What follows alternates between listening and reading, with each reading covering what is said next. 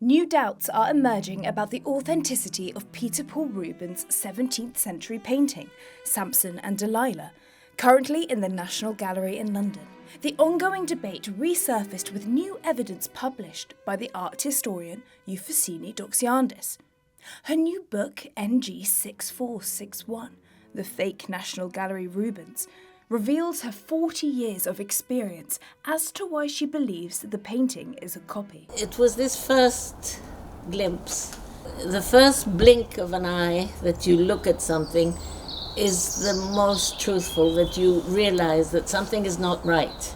Euphrosyne shared the journey of the painting, outlining its timeline from its production in Belgium in 1609, where it was commissioned by Nicholas Rucox, the mayor of Antwerp, to hang above his fireplace. The painting disappeared around 1641, before resurfacing in Paris nearly 3 centuries later, in 1929. Despite being bought for a then record-breaking price of £2.5 million at Christie's auction in 1980, many experts are now questioning whether it is a genuine Rubens masterpiece or a sophisticated 20th century imitation.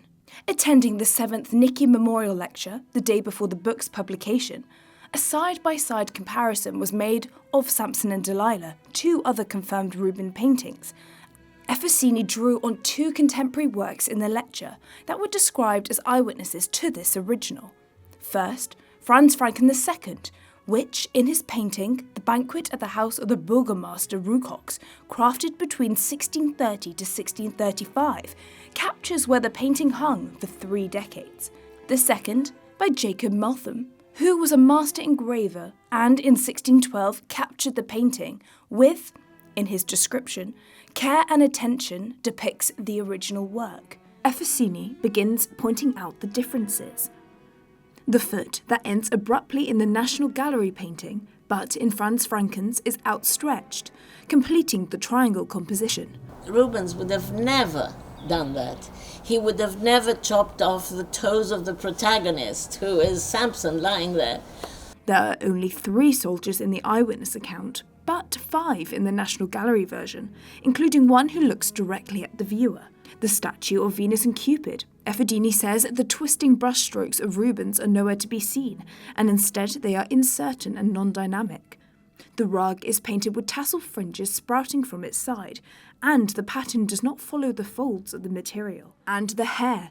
You can see straight through to the skull, because the artist who did it didn't know how to do men's hair. A spokesman for the National Gallery said to The Telegraph, Samson and Delilah has long been accepted by leading Rubens scholars as a masterpiece, painted on a wood panel in oil shortly after his return to Antwerp in 1608, and demonstrating all that the artist had learnt in Italy. It is a work of the highest aesthetic quality. But Artwatch UK told me that when it arrived in London in 1980, it was backed on wood panel, whereas now it is mounted on blockboard.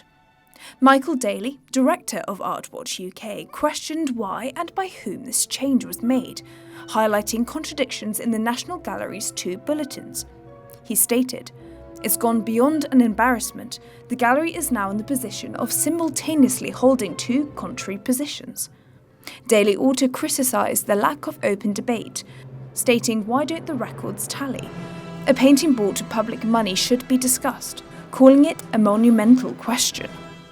Art recognition, based in Zurich, used AI to conclude a 91% certainty that the Rubens was a fake.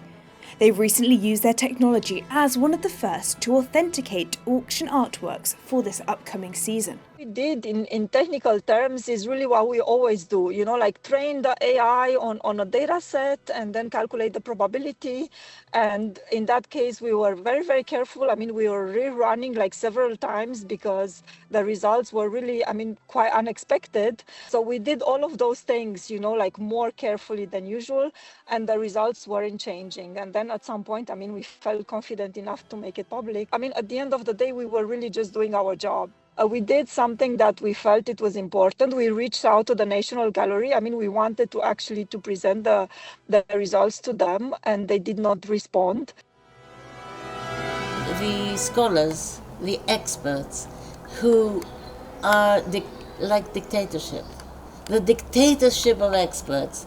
Enough is enough. Let everybody use their eyes. Don't discourage the public to have no vision.